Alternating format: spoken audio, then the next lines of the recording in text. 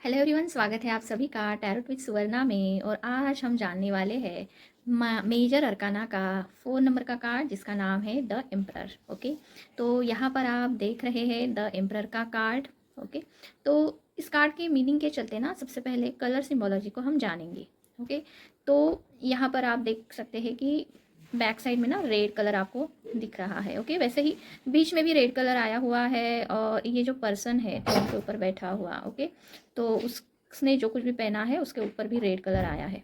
तो ये जो रेड कलर है लाइट वाला, ये तो एनर्जी को दिखाता है, बट जो ये डार्क वाला और ये ब्लैक वाला, ये दोनों ही अग्रेशन को यहाँ पर दिखा रहे हैं। वैसे थोड़ी तो निगेटिविटी भी है, बट ये कार्ड जो है वो पूरी तरह पॉजिटिव कार्ड माना गया है।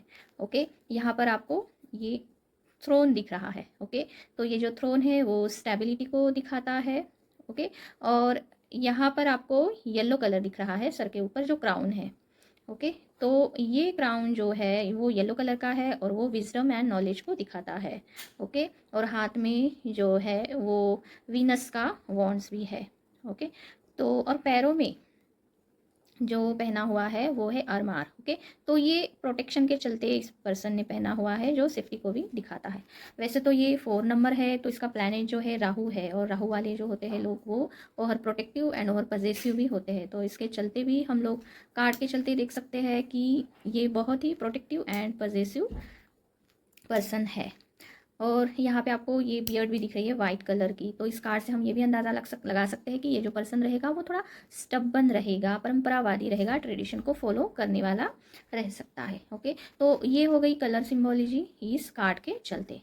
अभी ये कार्ड अलग अलग एंगल में या अलग अलग एस्पेक्ट में कैसे देखा जा सकता है। ओके, अगर पास में ये कार्ड अगर आता है तो इस कार्ड के चलते आप ये प्रिडिक्ट कर सकते हैं कि जैसे पास में आपके पास सब कुछ था, एक अथॉरिटी थी, एक पावर था, नेम फेम सब कुछ था, आपने हार्ड वर्क करके सब कुछ हासिल किया था, आपकी एक पोस्ट थी अलग ही, लोग आपको जानते थे, मानते थे। ओके, एक रिस्पेक्ट आपका था सोसाइटी में। उसी तरह अभी प्रेजेंट में भी आपके पास सब कुछ है, अथॉरिटी है, पावर है, आप जो कुछ भी कर रहे हैं उसमें आप सक्सेस पा रहे हैं, क्योंकि ये पॉजिटिविटी को भी दिखाता है ये कार्ड। आप जो भी कुछ भी करेंगे उसमें आपको सक्सेस मिल रहा है। अगर इन फ्यूचर के लिए ये कार्ड आता है तो इन फ्यूचर में भी आपके पास विजडम रहेगा, नॉलेज रहेगा, आप अपने विजडम का, नॉलेज का अच्छे से यूज़ करोगे और उसी के बलबूते पर आप अपना एक अच्छी अथॉरिटी और पावर हासिल करोगे, जिसके चलते आपको मान सम्मान भी आगे चलकर मिलने वाला है।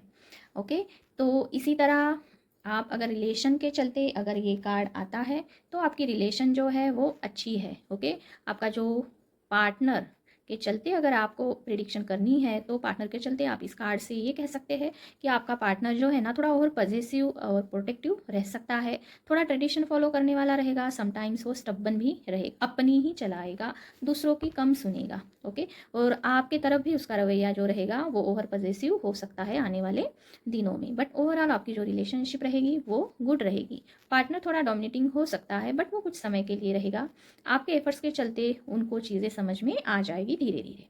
ओके, तो ये हो गया रिलेशन के चलते।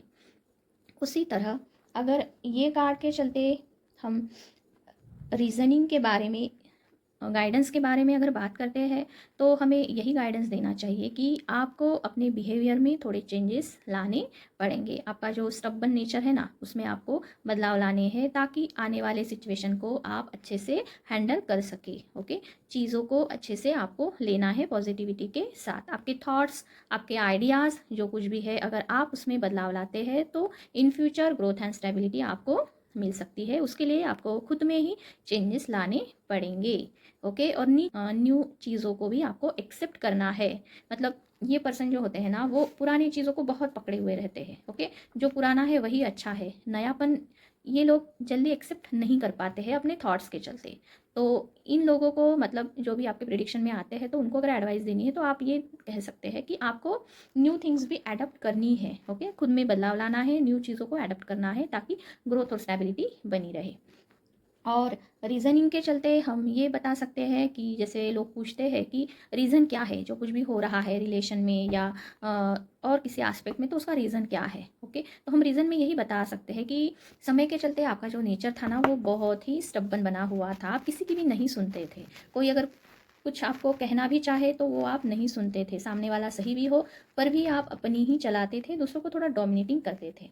ओके, उन चीज़ों को चलते भी ना आपके रिलेशन में या किसी चीज़ों में थोड़े अप्स एंड डाउन्स आ गए। ओके, समय के चलते तो आपको थोड़ा चीज़ों को एक्सेप्ट करना चाहिए, दूसरों को वैल्यू भी देनी चाहिए।